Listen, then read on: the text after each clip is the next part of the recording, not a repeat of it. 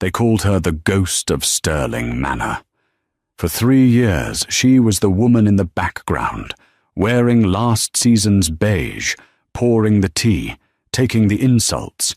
They thought she was weak. They thought she was nothing without the Sterling name. But the moment the ink dried on the divorce papers, the woman they knew vanished. 3 days later, the engines of a Gulfstream G700 screamed over the private airstrip at the Met Gala. When the doors opened, the press didn't just gasp. They went silent. Because the woman stepping onto the tarmac wasn't the rejected wife. She was the one who owned the plane, and she was here to burn their kingdom to the ground. The sound of the pen scratching against the paper was the loudest noise in the room. It was a rainy Tuesday in Manhattan, the kind of grey, soulless afternoon that makes the glass skyscrapers look like prison bars. In the conference room of Sterling & Kosa, on the 54th floor, the air conditioning was set to a freezing temperature, a deliberate tactic Liam Sterling used to unsettle his opponents. Today, however, his opponent was his wife, Nolan, and she didn't shiver. "Just sign on the dotted line, Nolan," Liam said, checking his Patek Philippe watch. He didn't even look at her. He was scrolling through emails on his phone, his thumb flicking impatiently. "I have a board meeting in 20 minutes. Let's not make this more pathetic than it needs to be." Nolan sat across from him, her hands folded in her lap. She was wearing a simple grey cardigan that had seen better days, and a skirt that hung loosely on her frame. Her dark hair was pulled back into a severe, unflattering bun. For 3 years this had been her uniform, invisible, modest, cheap. Beside Liam sat his mother, Eleanor Sterling. She was a woman made of Botox and malice, draped in a Chanel tweed suit that cost more than Nolan's entire childhood home. "Honestly, dear," Eleanor sneered, taking a sip of sparkling water, "don't read the clauses. It's generous, far more than a gold digger from Idaho deserves. You get the small apartment in Queens and a monthly stipend for a year. Take it and go before we change our minds." Nolan looked up. Her eyes, usually cast down in submission, were strangely clear today. "I don't want the apartment," she said softly. Liam finally looked up, a smirk playing on his lips. "Oh? Holding out for the penthouse?" "Nolan, we signed a prenup. You get what I give you. Don't try to play hardball. You don't have the leverage, and you certainly don't have the money for a lawyer who can beat mine." He gestured to the man beside him, Arthur Pendleton, the most vicious divorce attorney in New York. Arthur offered Nolan a pitying smile. "Mrs. Sterling, I advise you to sign. The offer expires when you leave this room." "I don't want the apartment," Nolan repeated, her voice steady, "and I don't want the stipend." The room went quiet. Liam frowned, confused. "Then what do you want?" Nolan reached into a tote bag, a frayed canvas thing that Eleanor had once called a grocery sack, and pulled out a single black pen. "I want a clean break. No alimony, no assets, no contact. I want my maiden name restored immediately, and I want a non-disclosure agreement stating that neither of us will discuss the marriage or the divorce for 5 years. Eleanor laughed, a harsh, barking sound. "She wants an NDA to protect her reputation? Oh, Liam, this is rich. She doesn't want anyone to know you dumped her." Liam chuckled, shaking his head. "Fine. If you want to leave with nothing, be my guest. It saves me $500,000. He signaled Arthur, "Draw up the waiver. She leaves with 0. It took 10 minutes for the paralegals to print the new addendum. During that time, Liam took a call from Sophia, his assistant, though everyone in New York knew she was much more than that. "Yes, baby," Liam whispered into the phone, not bothering to lower his voice. I'll be done soon. The trash is taking itself out. Book the table at Le Bernardin for 8 francs. Nolan heard every word. She didn't flinch. She simply stared at the mahogany table, tracing the grain of the wood with her eyes. She remembered the day she met Liam. She had been interning at a charity gala, wearing a borrowed dress. He had been charming then. He had told her he loved her simplicity, her grounding presence. It had taken her 6 months of marriage to realize he didn't want a partner. He wanted a prop.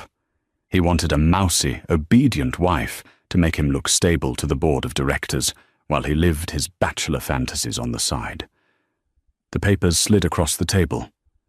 Termination of marriage between Liam Alexander Sterling and Nolan Marie Vance. Nolan picked up the pen. She didn't hesitate. She signed her name with a flourish that didn't match her timid appearance. Nolan Vance. Done, she whispered. She stood up. The chair scraped against the floor. Leave the ring, Liam said coldly, his eyes back on his phone. Nolan paused. She looked at her left hand. The diamond was a 3-carat oval, impressive to the naked eye. But Nolan knew the truth. It was a conflict diamond, purchased at a discount from a dealer in Antwerp who didn't ask questions. Liam was cheap where it mattered. She slid the ring off her finger. It felt heavy, like a shackle. She placed it gently on the table. Goodbye, Liam, she said. Yeah. He waved a hand dismissively. Close the door on your way out. Eleanor didn't even look up from her Vogue magazine. Don't expect a reference for your next job, dear. We don't recommend failures. Nolan walked to the heavy oak doors. She placed her hand on the cold brass handle. For a second, she looked back at the husband who had neglected her, the mother-in-law who had tormented her, and the lawyer who had mocked her. If you only knew, she thought. She opened the door and walked out. As the latch clicked shut, silence returned to the boardroom. Well, Eleanor sighed, snapping her magazine shut. That was easier than I thought. I expected tears. Begging. She knows her place, Liam said, pocketing the ring. She's a nobody. She'll be back in Idaho working at a diner within a month. Now, let's focus on the gala. I need to announce the merger with Vanguard Tech this weekend. It's going to make me a billionaire twice over. Make sure Sophia wears something appropriate, Eleanor warned. She's the future Mrs. Sterling now. Liam smiled. Don't worry, Mother. Sophia knows how to shine. Unlike Nolan. Nolan walked out of the Sterling skyscraper and into the pouring rain. She didn't have an umbrella. Usually, this would be the part where the tragic heroine cries, the rain masking her tears. But Nolan wasn't crying. As the cold water hit her face, washing away the cheap foundation she wore to make herself look paler and more tired than she actually was, she felt something else entirely. She felt lighter. She walked 2 blocks down Fifth Avenue, ignoring the honking taxis and the rushing pedestrians. She stopped in front of a black Lincoln Navigator, parked quietly in a loading zone. The moment she approached, the back door flew open. A man in a sharp suit stepped out, holding a large golf umbrella. He was older, with silver hair and eyes that held deep respect. Ms. St. James, the man said, his voice low and professional. Welcome back. Nolan ducked under the umbrella, sliding into the plush leather-back seat of the car. The warmth enveloped her immediately. Thank you, Marcus, she said.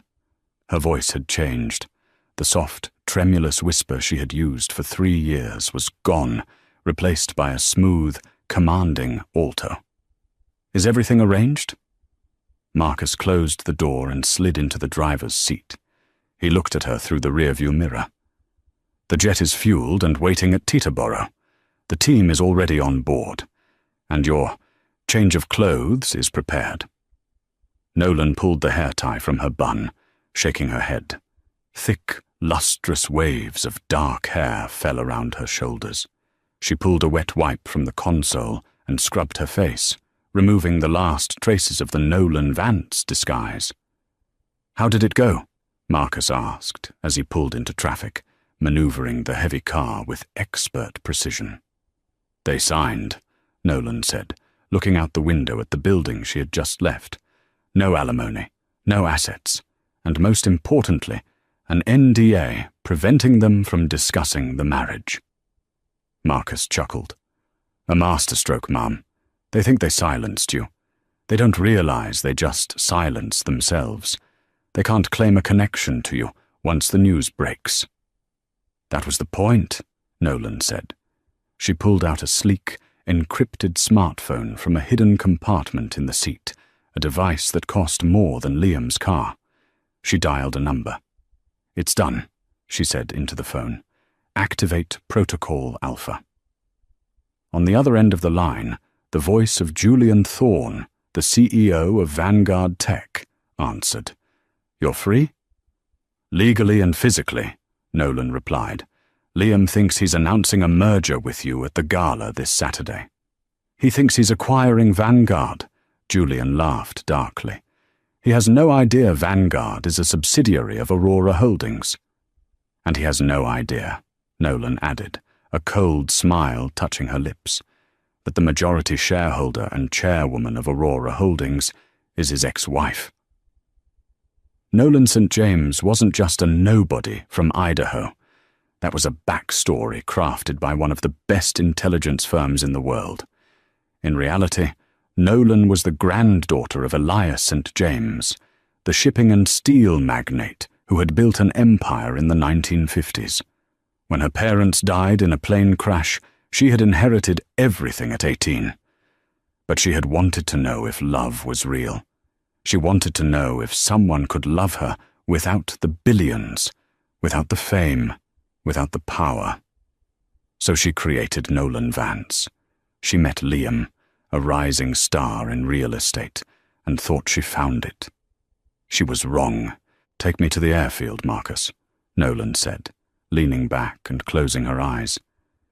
"We have 3 days to prepare for the Sterling Gala. I need a dress that stops hearts." "I took the liberty of calling Versace, Ma'am," Marcus said. "Donatella is flying in personally." Nolan smirked. "Good. Because on Saturday, I'm not just attending a party. I'm attending a funeral." The next 48 hours were a blur of transformation. While Liam Sterling was busy bragging to his golf buddies about how easily he had shed the dead weight of his wife, Nolan was in a penthouse in Monaco, overlooking the harbour. She sat in a chair while a team of 3 stylists worked on her. The grey cardigan was burned, literally in the fireplace. In its place came silk, velvet, and diamonds. "The skin has suffered a bit from stress," her esthetician tutted, applying a gold-infused serum. "But the bone structure, divine as always, Ms. St. James." "Fix it," Nolan commanded, reviewing a dossier on her tablet. "I need to look untouched by time or misery." On the screen, she was watching the stock prices of Sterling & Co. They were artificially high, inflated by the rumors of the Vanguard merger. Liam was leveraging everything, his properties, his reputation, his family trust, to buy Vanguard. He thought it was his ticket to the big leagues. He didn't know he was buying a Trojan horse. Ms. St. James, her assistant, Chloe, walked in, holding a garment bag that looked heavy. "The dress." Chloe unzipped the bag. The fabric shimmered like liquid midnight. It was a custom piece, designed to look like armor made of starlight. It was backless, daring, and screamed power. "It's perfect," Nolan said. "And the jewelry?" Chloe asked. Nolan stood up. "Open the vault." They walked to the wall safe. Inside sat the St. James parure, a necklace and earring set made of sapphires and diamonds that had once belonged to Russian royalty. It was worth $40 million. He called me a gold digger, Nolan whispered, running her fingers over the cold gems. He accused me of wanting his pathetic little apartment. She turned to the mirror. The reflection that stared back was not the mousy wife. It was a predator. "Let's go home," she said. The world knew about the jet before they knew about the woman. It was 6 p.m. on the night of the Met Gala. The theme was gilded glamour, a nod to the opulence of old New York. Outside the Metropolitan Museum of Art, the paparazzi were a sea of black tuxedos and flashing cameras, hungry for the next celebrity. But the real news was happening 10 miles away at Teterboro Airport. TMZ had broken the story first. A Gulfstream G700, the Rolls-Royce of the sky, worth $75 million, had just requested emergency clearance to land. The tail number didn't trace back to a corporation or a rental agency. It traced back to Aurora Holdings, a shadowy conglomerate known for swallowing tech companies whole. Inside the limousine approaching the Met, Liam Sterling watched the live feed on his phone. "Who cares about a plane?" Sophia whined, adjusting the strap of her bright red sequined gown. It was a little too tight, a little too loud, but she insisted it made her look like a movie star. "Liam, look at me. Am I glowing?" Liam glanced at her, then back at his phone. "It's not just a plane, Sophia. It's Aurora. Rumor has it the chairwoman is coming to New York. If I can get 5 minutes with her, I can secure the funding for the Vanguard merger without using the bank loans." Eleanor Sterling, sitting opposite them in the limo, adjusted her diamond choker. "Focus, Liam. Tonight is about cementing your status. You need to look like the king of New York. Sophia, stop fidgeting. You look adequate." Sophia scowled but stayed silent. She knew her place. She was the trophy, the upgrade from the boring, mousy Nolan. "We're here," Liam said as the car slowed. The Sterling trio stepped out onto the red carpet. The flashes erupted. Liam put on his best billionaire smile, waving to the crowd. He wrapped an arm around Sophia's waist, posing for the cameras. "Mr. Sterling, is it true the divorce is final?" a reporter shouted. "Completely," Liam shouted back, grinning. "I'm a free man, and Sterling & Co. has never been stronger." "When is the merger happening?" another yelled. "Watch the stage tonight." Liam winked. They moved up the stairs, basking in the attention. They felt untouchable. They were the royalty of the evening. And then the atmosphere shifted. It started as a murmur, a ripple of confusion that moved through the press pit. Photographers stopped taking pictures of Rihanna. Reporters stopped interviewing George Clooney. Everyone turned their heads toward the street. A convoy was approaching. It wasn't a limousine. It was a motorcade of 3 matte black SUVs with tinted windows, flanked by 2 NYPD motorcycle escorts. The crowd parted instinctively. This wasn't celebrity energy. This was head of state energy. "Who is that?" Sophia whispered, clinging to Liam's arm. "Is it the president?" Liam frowned. "I didn't hear about any political guests." The convoy stopped at the base of the stairs. The lead car's door opened, and 4 security guards, massive men with earpieces and stone faces, stepped out. They formed a perimeter. Then the back door of the middle SUV opened. A leg stepped out. A stiletto heel, sharp enough to kill, hit the red carpet. The woman who emerged seemed to suck the oxygen out of the air. She was tall, statuesque, wearing a dress that defied description. It was a deep, midnight blue velvet that appeared black under the night sky, dusted with thousands of crushed sapphires that caught the camera flashes like stars. It hugged every curve, culminating in a dramatic train that flowed behind her like a shadow. Her hair was a cascade of dark waves. Her lips were painted a deep crimson. Around her neck sat the St. James parure. sapphires the size of quail eggs, dripping in diamonds.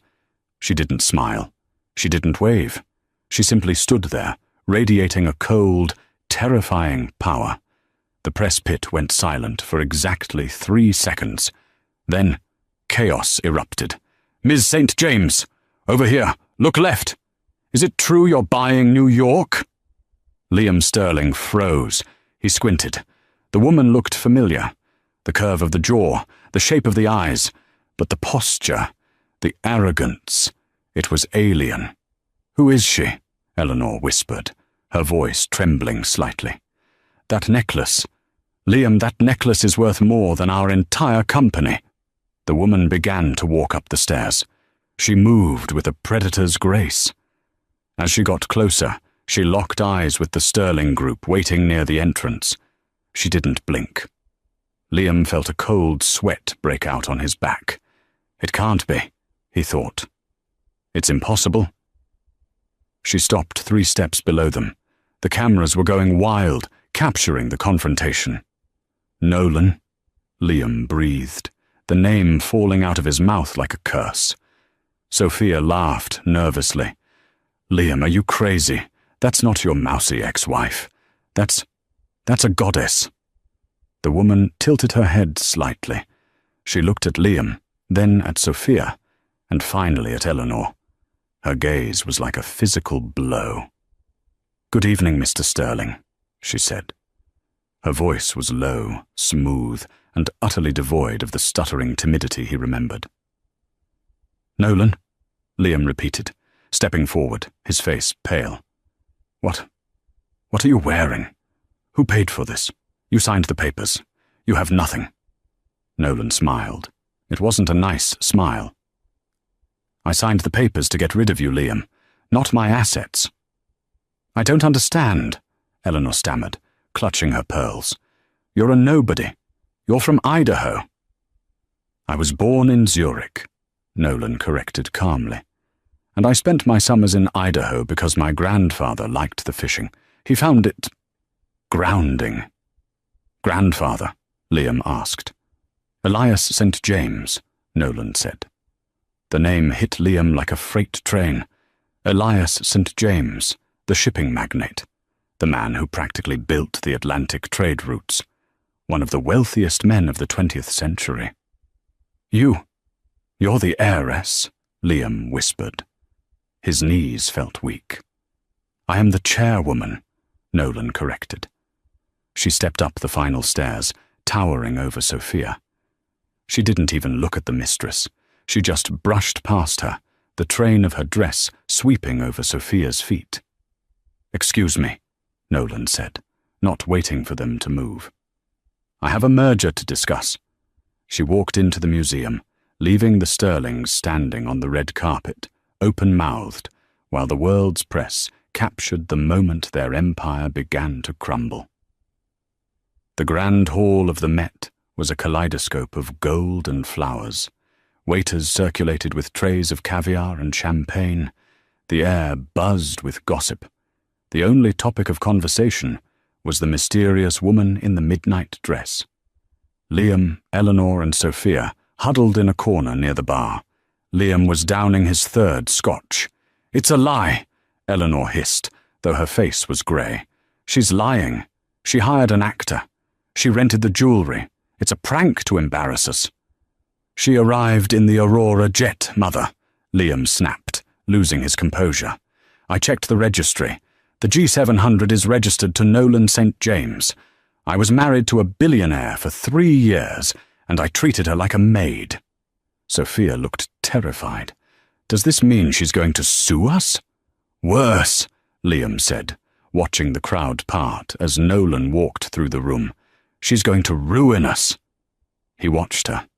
She was speaking with the mayor of New York. The mayor was laughing, nodding deferentially. Next, she moved to Julian Thorne, the CEO of Vanguard Tech, the company Liam was desperate to acquire. Julian greeted her with a bow, a literal bow. "I have to stop this," Liam said. He straightened his tie. "I have the leverage. I'm the CEO of Sterling & Co. Business is business. If she's really St. James, She'll respect a deal." He marched across the room, pushing past a supermodel and a duke. He approached the circle where Nolan and Julian stood. "Nolan," Liam said, putting on his boardroom voice, "we need to talk, privately." Nolan turned slowly. She held a crystal flute of water. "I have nothing to say to you, Liam. My lawyer handled everything on Tuesday. Remember? You wanted a clean break." "Cut the act," Liam hissed, lowering his voice. "You played me. That's fraud. You pretended to be poor." "I never said I was poor," Nolan replied coolly. "I said I lived simply. You assumed the rest because you're an arrogant snob who judges people by their labels. I wanted to see if you loved me. You failed that test spectacularly." "Fine," Liam spat. "The marriage was a sham. Whatever. But business is real. I'm announcing the merger with Vanguard tonight. Julian has agreed in principle. Don't let your personal feelings mess up a billion-dollar deal, Nolan. It's bad for the shareholders." Julian Thorne cleared his throat. He was a tall man with a sharp beard and eyes that twinkled with amusement. "Actually, Liam, about that." The music died down. The lights dimmed. A spotlight hit the main stage. The event host, Anna Wintour, stepped up to the microphone. "Ladies and gentlemen," she said, "welcome. Before dinner is served, we have a special announcement regarding the future of New York's tech landscape. Please welcome the CEO of Vanguard Tech, Mr. Julian Thorne." "That's my cue." Liam grinned nervously. "He's going to call me up. Watch and learn, Nolan. You might have money, but I have the deal." Liam started walking toward the stage, expecting to be beckoned. Julian walked up to the podium. "Thank you," he said. "For months, there have been rumors about the future of Vanguard. We have been in talks with Sterling and Co. regarding an acquisition." Liam stopped near the stage, buttoning his jacket, ready to wave. "However," Julian continued, his voice echoing through the massive hall, "Vanguard values integrity, transparency, and long-term vision. Qualities we found lacking in our potential partners." Liam froze. The smile dropped from his face. "Therefore," Julian said, "I am pleased to announce that Vanguard has not been sold. Instead, Vanguard has acquired a new parent company. We have officially joined the Aurora Holdings portfolio." A gasp went through the crowd. "And," Julian gestured to the floor, "I would like to invite the chairwoman of Aurora Holdings to say a few words, the woman who made this possible, Ms. Nolan St. James." The spotlight swung wildly, searching the room until it landed on Nolan. She didn't look surprised. She handed her glass to a waiter and walked toward the stage. The applause started slowly, then built into a thunderous roar as people realized the drama unfolding. She walked past Liam. She didn't stop. She didn't look at him. She walked up the stairs, took the microphone from Julian, and stood alone in the center of the light. "Thank you, Julian," she said. Her voice was magnified, crisp and clear. "3 days ago," she began, looking out at the sea of faces, "I sat in a boardroom not far from here. I was told that I had no value. I was told that I should take a small settlement and disappear. I was told that power belongs only to those who shout the loudest." The room was deadly silent. Eleanor Sterling was hiding her face behind a napkin. Sophia was scrolling frantically through her phone, likely looking for a flight out of the country. "But true power isn't about shouting," Nolan continued. "It's about patience. Mr. Sterling." She pointed a gloved hand directly at Liam, who was standing frozen at the foot of the stage, bathed in the spillover light like a deer in headlights. Mr. Sterling spent the last 6 months leveraging his company's assets to fund a buyout of Vanguard. He put up his real estate, his intellectual property, and his personal stock as collateral for high-interest loans. She paused for effect. When Vanguard rejected his offer 5 minutes ago, those loans went into default. The clauses in his contracts state that in the event of a failed merger, the debt can be called immediately. She smiled, a small, terrifying curve of her lips. My company, Aurora Holdings, bought that debt this morning. All of it. The crowd gasped. The financial reporters in the room were typing furiously on their phones. Which means, Nolan said softly, I don't just own Vanguard. As of 8 p.m. tonight, I own Sterling & Co. She leaned into the microphone. Liam, you're fired. The silence in the Met was shattered by the sound of a glass breaking. Liam had dropped his scotch. For a moment, he couldn't move. The words, "You're fired," echoed around the cavernous hall, bouncing off the Egyptian artifacts and the vaulted ceilings. It felt like a physical slap, harder than any he had ever delivered to Nolan's self-esteem. Then, the denial set in. You can't do that, Liam screamed, his face turning a mottled shade of crimson. He lunged toward the stage, scrambling up the first 2 steps. Security! Get her off the stage! She's crazy! This is slander! 2 large men in black suits intercepted him before he could reach the podium. They weren't museum security. They wore silver lapel pins with the Aurora Holdings crest. Mr. Sterling, one of them said, his voice like grinding gravel. You are causing a disturbance. We have instructions to escort you off the premises. Get your hands off me, Liam thrashed, his tuxedo jacket ripping at the shoulder. I am Liam Sterling. I own this city. Nolan, tell them it's a joke. On stage, Nolan didn't flinch. She looked down at him with an expression of mild boredom, the way one looks at a bug that has flown into a glass of wine. You were Liam Sterling, the CAO, Nolan said into the microphone, her voice cool and amplified. Now, you are Liam Sterling, the liability. And as the majority shareholder, I have a fiduciary duty to remove incompetent management. She turned to Julian Thorne. Julian, shall we? After you, Madame Chairwoman, Julian said, offering his arm. They walked off the stage, descending the stairs on the opposite side, away from the screaming Liam. The crowd parted for Nolan like the Red Sea, but this time the expressions weren't just curious. They were terrified. They were looking at a woman who had just decapitated one of New York's golden boys in front of 500 witnesses without raising her voice. As Nolan disappeared into the VIP section, the reality of the situation crashed down on the Sterling family. Eleanor was standing by the bar, trembling. Her social circle, the wives of bankers and senators, had already taken a collective step away from her. The Sterling name, which had been a golden ticket 5 minutes ago, was now radioactive. Mrs. Sterling, a waiter approached her, holding a small silver tray with a bill on it. I'm afraid the credit card on file for your table was just declined. The bank has frozen the assets associated with the company account. Eleanor stared at the bill. It was for $12,000 of vintage champagne.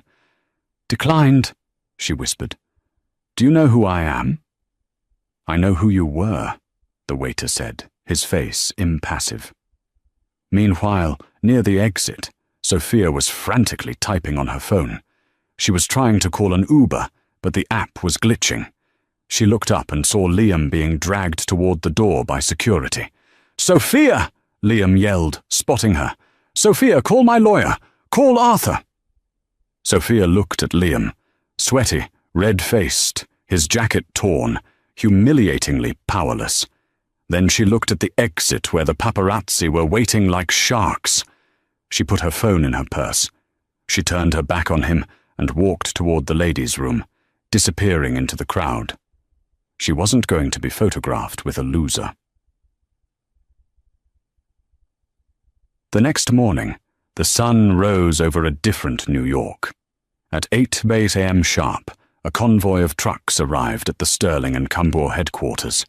They didn't carry deliveries. They carried forensic accountants and security teams from Aurora Holdings. Nolan walked into the lobby. She was wearing a white power suit, sharp and pristine. She walked past the reception desk where she used to wait for hours just to bring Liam his lunch, lunches he would often throw in the trash because the salad was wilted. The receptionist, a young woman named Jessica, who had always been kind to Nolan, looked up in shock. "Good morning, Jessica," Nolan said, smiling warmly. "You can keep your job. In fact, you're getting a raise. But I need you to clear the executive floor. Immediately." "Yes, Miss St. James. Right away," Jessica stammered, hitting the intercom. Nolan took the elevator to the 54th floor. The doors opened to the same hallway she had walked down on Tuesday as a rejected wife. Liam was there. He had slept in his office. He was wearing yesterday's tuxedo shirt, unbuttoned and stained. He was frantically shredding documents. "It's too late for that," Nolan said, leaning against the doorframe. Liam jumped. He looked at the shredder, then at her. You witch. You planned this. You trapped me." "I didn't make you take out those loans, Liam," Nolan said, walking into the office. She ran a finger along the mahogany desk. "I didn't make you leverage your family trust. I didn't make you cheat on me. You did all of that yourself. I just waited for the bill to come due." "I'll sue you," Liam snarled. "I'll claim entrapment. I'll claim fraud." "Go ahead," Nolan said, "but you'll need a lawyer. And I spoke to Arthur Pendleton this morning. He's dropped you as a client. Apparently he doesn't work on contingency, and you can't afford his retainer anymore." Liam slumped into his chair. "What do you want, Nolan? You want me to beg? Is that it?" "Fine. I'm sorry." "Okay? I'm sorry I treated you like garbage. I'm sorry I cheated. Just don't take the company. It's my life." Nolan looked at him, and for the first time, she felt a flicker of emotion. It wasn't anger. It wasn't love. It was pity. "That's the problem, Liam," she said softly. "This company was your life. You have nothing else. No friends who aren't on your payroll. No family who doesn't want your money. You're hollow." She placed a single envelope on the desk. "This is the eviction notice for the penthouse. The company owns it, and I'm selling it. You have 24 hours to vacate." "Where am I supposed to go?" Liam whispered, his voice cracking. Nolan turned to leave. She paused at the door, looking back one last time. "I hear there's a small apartment in Queens available, and maybe, if you're lucky, you can get a monthly stipend. For a year." She closed the door. 2 weeks later. The scandal had dominated the news cycle for days, but the world moves fast. Sterling and Cambor was being dismantled and absorbed into the Aurora Empire. The ghost of Sterling Manor was now the Queen of Wall Street. Nolan was staying at her grandfather's old estate in the Hamptons, a sprawling oceanfront property that she had avoided for years because it brought back too many memories. Now, she was filling it with new ones. She sat on the veranda, drinking tea and reading a book. The ocean breeze was cool, but the sun was warm. "Ms. St. James?" Marcus appeared at the glass door. "You have a visitor at the gate. She says it's urgent." Nolan didn't look up. "If it's a reporter, tell them I'm busy." "It's not a reporter," Marcus said. "It's Eleanor Sterling." Nolan paused. She closed her book. "Let her in." 10 minutes later, Eleanor was escorted onto the veranda. The transformation was shocking. The Chanel suits were gone, replaced by a simple, off-the-rack dress. Her hair was pulled back, but the expensive dye job was fading. She looked older, smaller. She stood awkwardly near the railing, clutching her purse. "Nolan," Eleanor said, Her voice lacked its usual venom. It sounded brittle. "Eleanor." Nolan nodded, gesturing to a chair. "Sit." Eleanor sat down, gingerly. She looked out at the ocean. "It's beautiful here. I always knew the St. James family had taste, but I didn't know it was you." "What do you want, Eleanor?" Nolan asked, cutting through the pleasantries. Eleanor took a deep breath. Tears welled up in her eyes. Real tears this time. "Liam is. He's in a bad way, Nolan. He's drinking. Sophia left him the night of the gala. He's living in a motel in Jersey. He won't talk to me." "I'm sorry to hear that," Nolan said, though her tone remained neutral. "I know we were difficult," Eleanor continued, her hands twisting her purse strap. "I know I was cruel to you. I thought you were just another girl trying to steal my son's money. I was trying to protect him." "You weren't protecting him," Nolan said sharply. "You were enabling him. You taught him that people are disposable. You taught him that status matters more than character." Eleanor flinched. "I know, and I've paid for it. The banks took the house. They took the cars. I'm staying with my sister in Ohio. I have nothing left." She looked up at Nolan, her eyes desperate. "I'm not asking for the company back. I know that's gone. But, please, is there anything you can do? Just a small settlement? Enough for Liam to get therapy? Enough for me to not live in a guest bedroom at 60 years old?" Nolan looked at the woman who had made her life hell. She remembered the insults, the way Eleanor would inspect the dust on the mantelpiece and blame Nolan, the way she had laughed when Nolan signed the divorce papers. Revenge was supposed to be sweet, but seeing Eleanor like this, broken, begging, just felt sad. Nolan reached for her checkbook. It was sitting on the table. Eleanor's eyes widened with hope. Nolan wrote a check. She tore it out and placed it on the table. "This is for you, Eleanor," Nolan said. "Not for Liam. Liam needs to learn how to stand on his own 2 feet for the first time in his life. If you give him a penny of this, I will know, and I will sue to get it back." Eleanor picked up the check. She looked at the amount. Her hand flew to her mouth. It was for $500,000. "This is—" Eleanor sobbed. "Why? After everything?" "Because," Nolan stood up, smoothing her dress. "Unlike you, I don't need to crush people to feel tall. Take the money. Go to Ohio. And never contact me again." Eleanor stood up. She looked like she wanted to hug Nolan, but she knew she had lost that right years ago. "Thank you," she whispered. "You're a better woman than I ever was." "I know," Nolan said. Marcus appeared to escort Eleanor out. Nolan watched her go. She watched the black car drive away down the long, winding driveway. She felt a weight lift off her shoulders. The final tie was cut. The anger was gone. Her phone buzzed. It was a text from Julian. "Meeting with the board in 1 hour. We're discussing the new charity initiative. You ready?" Nolan smiled. She typed back, "I was born ready." She put the phone down, took a sip of her tea, and looked out at the horizon. The storm was over. The sun was shining, and Nolan St. James was finally, truly free. It is often said that a cornered animal is the most dangerous, but Liam Sterling wasn't an animal. He was a narcissist, and narcissists don't fight with claws.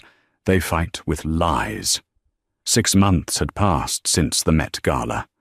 Nolan St. James had successfully rebranded Sterling & Co. into Aurora Vanguard, a green tech powerhouse. Her face was on the cover of Forbes and Time. She was dating Julian Thorne, a relationship kept quiet, but rumored to be serious. Liam, meanwhile, had been festering. He had been living in a rented condo in New Jersey, funded by the last scraps of his liquidated assets. He spent his days watching Nolan's success on TV and his nights drinking cheap vodka. The humiliation had curdled into a singular, obsessive need for revenge. He found his weapon in the form of Barry Glickman, a sleazy literary agent known for publishing tell-all books that ruined reputations. The news broke on a Monday morning. Page 6 ran the headline, "Sterling Speaks, the Secret Diaries of the Billionaire's Ex." Liam was releasing a memoir. In the leaked excerpts, he claimed Nolan was mentally unstable, that she had manipulated him into the marriage, and, most damaging of all, that she had illegally used insider information to orchestrate the takeover of his company. It was a pack of lies, but in the court of public opinion, the truth often matters less than the scandal. Barry Glickman had booked Liam for a prime-time exclusive interview with Anderson Cooper, a daring move to lend credibility to the lies to launch the book. Nolan was in her office in Manhattan when the news hit. Julian was pacing the floor. "We have to file an injunction," Julian said, his jaw tight. "If he goes on air and accuses you of insider trading, the SEC will have to investigate. Even if you're innocent, the stock price will tank. It's what he wants." Nolan sat behind her desk, staring at the photo of Liam in the newspaper. He looked gaunt, desperate, but his eyes held a manic gleam. "An injunction makes me look guilty," Nolan said calmly. "It looks like I'm trying to hide something." "So what do we do?" Julian asked. "Let him lie to millions of people?" Nolan tapped her pen against the desk. "No, we don't stop him. We let him talk, but we make sure he doesn't have the last word." Her intercom buzzed. "Ms. St. James, there is a woman in the lobby. She doesn't have an appointment, but she says she has something you need to see regarding Liam. She says her name is Sophia." Julian stopped pacing. "Sophia? The mistress?" Nolan's eyes narrowed. "Send her up." Sophia looked nothing like the girl in the red sequined dress. She wore jeans and a heavy coat. Her face was scrubbed clean of makeup, revealing dark circles under her eyes. She looked young, scared, and tired. When she walked into the office, she hesitated, looking at Julian and then at Nolan. "I didn't think you'd see me," Sophia whispered. "I'm curious," Nolan said, remaining seated. "Why are you here? Last I saw, you were running out of the Met Gala to avoid the blast radius." Sophia flinched. "I left him that night. But I went back a week later. I didn't have anywhere to go. He promised he'd change. He said we could rebuild." She let out a bitter laugh. "He didn't change. He got worse. He started blaming me for everything. And when he started writing this book, he made me type it. He dictated the lies, and I typed them." "And?" Nolan asked. Sophia reached into a bag and pulled out a flash drive. "He's not just lying about you, Nolan. He's lying about the money." Nolan raised an eyebrow. "What money?" "The insider trading accusation," Sophia explained quickly. "He's projecting. When he was CEO, Liam was funneling company money into offshore accounts in the Cayman Islands. He called it consulting fees. He hid it from the auditors, and he hid it from you. He's planning to use that money to flee the country after the book launch." Sophia placed the drive on the desk. "This contains the ledgers, the account numbers, the wire transfers. It's all there. Millions of dollars stolen from the shareholders." Nolan looked at the drive, then at Sophia. "Why give this to me? You could have blackmailed him." Sophia looked down, tears forming in her eyes. "Because I'm pregnant, and I don't want my child to have a father who is a criminal, and because you were the only one who told him the truth that night. You called him hollow. You were right." Nolan stood up. She walked around the desk. For a moment, Sophia braced herself, expecting a slap or an insult. Instead, Nolan placed a hand on Sophia's shoulder. You did the right thing, Nolan said softly. Julian, call the FBI, and call the producers of the show. Tell them I'll be joining the interview. The night of the interview, the studio in Hudson Yards was electric with tension. Liam sat in the makeup chair, preening. He felt like a king again.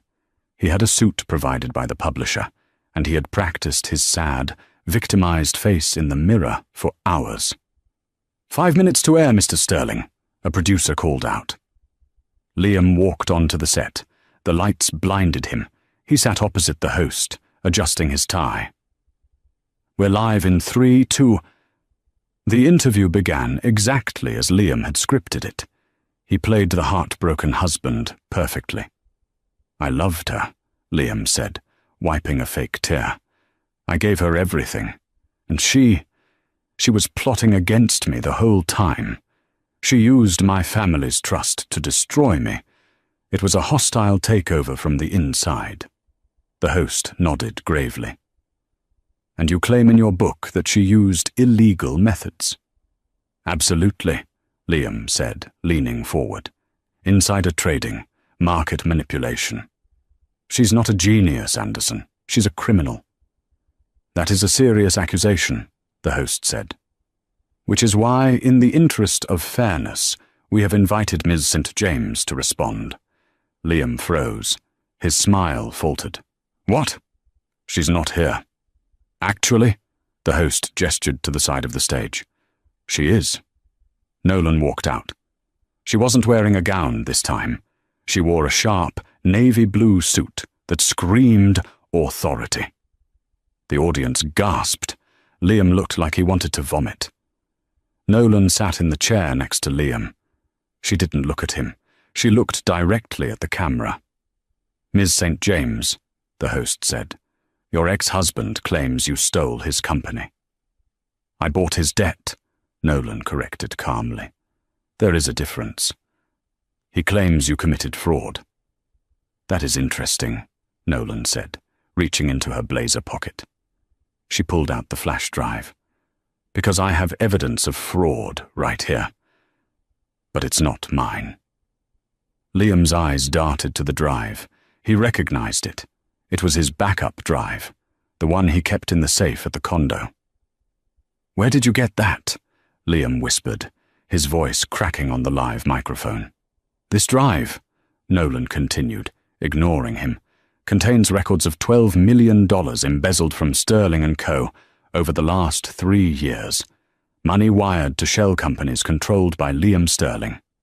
The studio went dead silent. That's a lie, Liam shouted, standing up.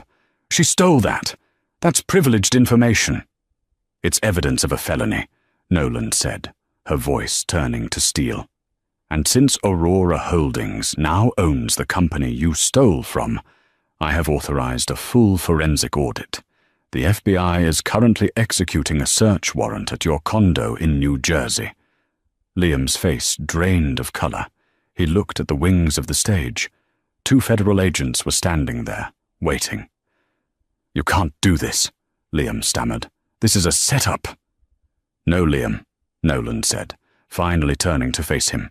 Her eyes were cold, hard, and final.